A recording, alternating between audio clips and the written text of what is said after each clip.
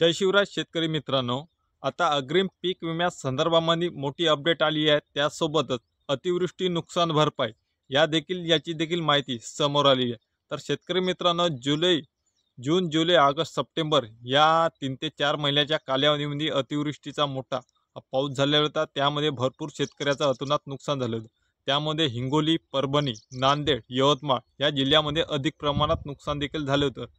तर त्या निवडणुकीच्या अगोदर आचारसंहिता लागण्याच्या पूर्वी या संबंधित जिल्ह्यामध्ये त्या तेथील अधिकाऱ्यांना, जिल्हाधिकाऱ्यांना अधिसूचना देखील ह्या काढल्या होत्या। तर त्यामध्ये आता सर्व शेतकऱ्यांच्या याद्या म्हणजेच अतिवृष्टीच्या याद्या देखील त्यामध्ये आपले जिल्हा कृषी मंत्री असो किंवा संबंधित तेथील आमदार, खासदार, प्रभारी नेते असो यांनी जाऊन तात्काळ तिथं पंचनामे देखील करायला संबंधितांना लावले। कृषी विभाग असो, तलाठी कार्यालय, महसूल विभाग या सर्वांनी प्रात्यक्षिक पंचनामे केले, सोबतच आकडेवारी देखील प्रशासनाकडे सुपूर्द केली। यानंतर आता जे काही नांदेड, परभणी, हिंगोली, यवतमाळ या जिल्ह्यामध्ये अधिसूचना हा सर्वात पहिले अगोदर काढला होता आणि तिथं देखील 25% अग्रिम देखील हा मंजूर करण्यात आलेला होता।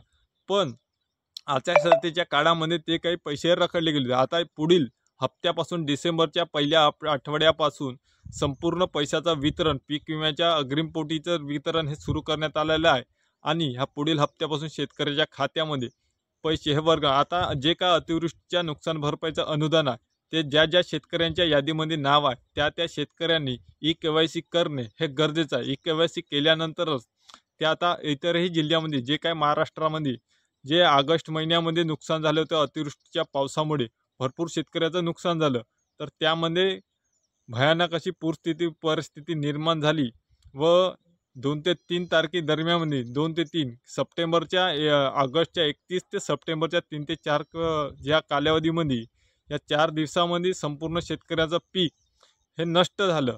त्यामुळे तात्काळ पंचनामे करण्यात आले आणि त्यामधील शेतकऱ्यांना आता अतिवृष्टीचे पैसे आणि याद्या देखील तिथं लागल्या होत्या। आता ज्या शेतकऱ्यांची ई-केवायसी केलेली आहे त्या शेतकऱ्यांना डिसेंबरच्या 10 तारखेपर्यंत पैसे देखील वर्ग होण्याचं काम हे सुरू झाले।